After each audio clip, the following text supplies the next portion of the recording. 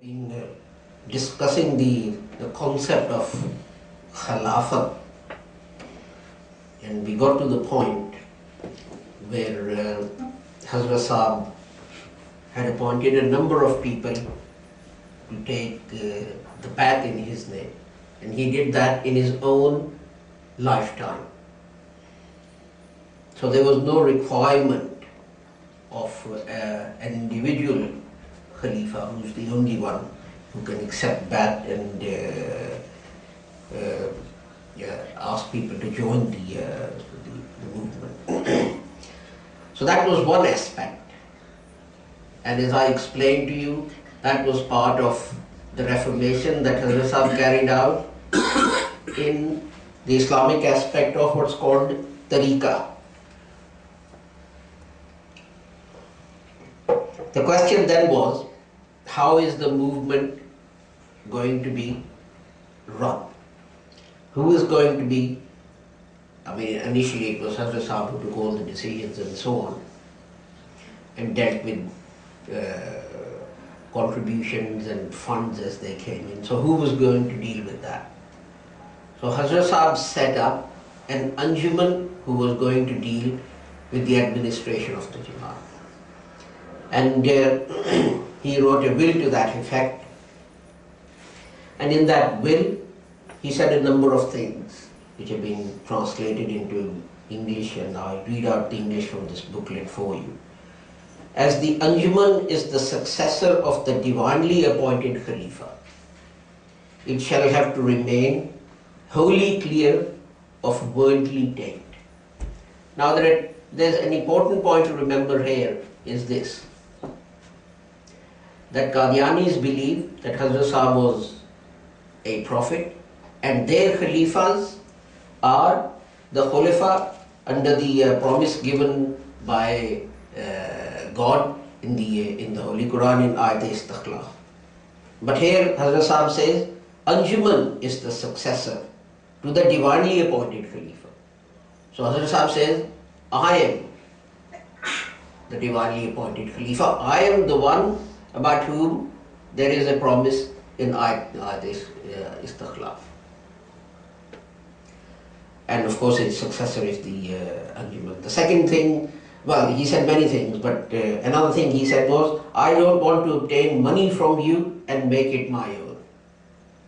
Now remember, the first thing that Mian Mahmud Ahmad Sahib did after he became Khalifa of the Qadiani Jamaat was to issue an announcement which said all contributions, all subscriptions, all money should come to me directly and it should not go to the Anjuman. Further, Hazrat Sahib said, the Anjuman which shall control the finances shall not be empowered to spend those on anything other than the objects of the Ahmadiyya movement, and the foremost among these objects shall be the propagation of Islam. And again, this is Hazrat Sahib's will, that he willed that Anjuman control the finances, and Mian Mahmud Ahmad Sahib removed this control and said, I am the person who will deal with this. Hazrat Sahib then said, the income shall be under the charge of an honest and scholarly Anjuman, which shall by mutual consultation spend it for the progress of Islam, on publication of the Holy Quran and other religious literature, and on the missionaries of the movement according to the directives instructions I have given above. All members of the Anjuman shall belong to the Ahmadiyya movement and shall be righteous and honest. If in future it is felt that some member is not righteous and honest, that he is cunning and tainted by temporal affairs, then it shall be the Anjuman's duty to remove him forthwith and appoint someone else in his place. When one generation responsible for this work passes away, its successors too shall be obliged to undertake the same duties according to the instructions for the Ahmadiyya movement. This was said in the appendix. And the rule number 18 was, in all matters, the orders of the promised Messiah shall be final and binding over the General Council, any of its subordinate councils, and the Sadr Anjuman, Ahmadiyya and all its branches.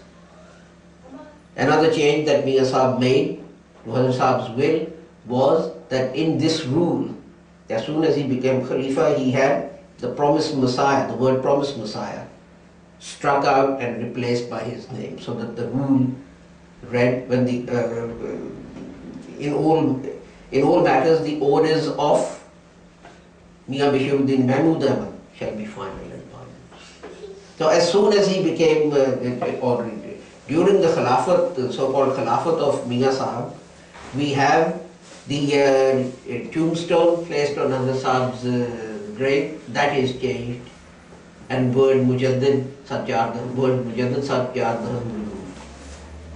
As soon as he becomes Khalifa, in violation of Hazrat Sahib's will, he says all money should come to me.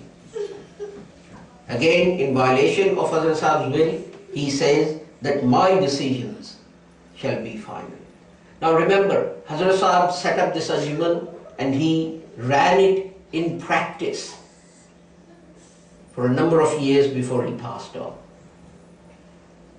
And on one occasion, when there was a dispute between the promised Messiah ﷺ's father-in-law and the Anjuman, and the matter was reported to Hazrat Masih Maud, he himself came to the meeting of the Anjuman and he listened to both sides, and he then asked for a piece of paper on which he wrote that whatever the Anjuman decides, and decides it by a majority vote, that should be considered to be the right decision.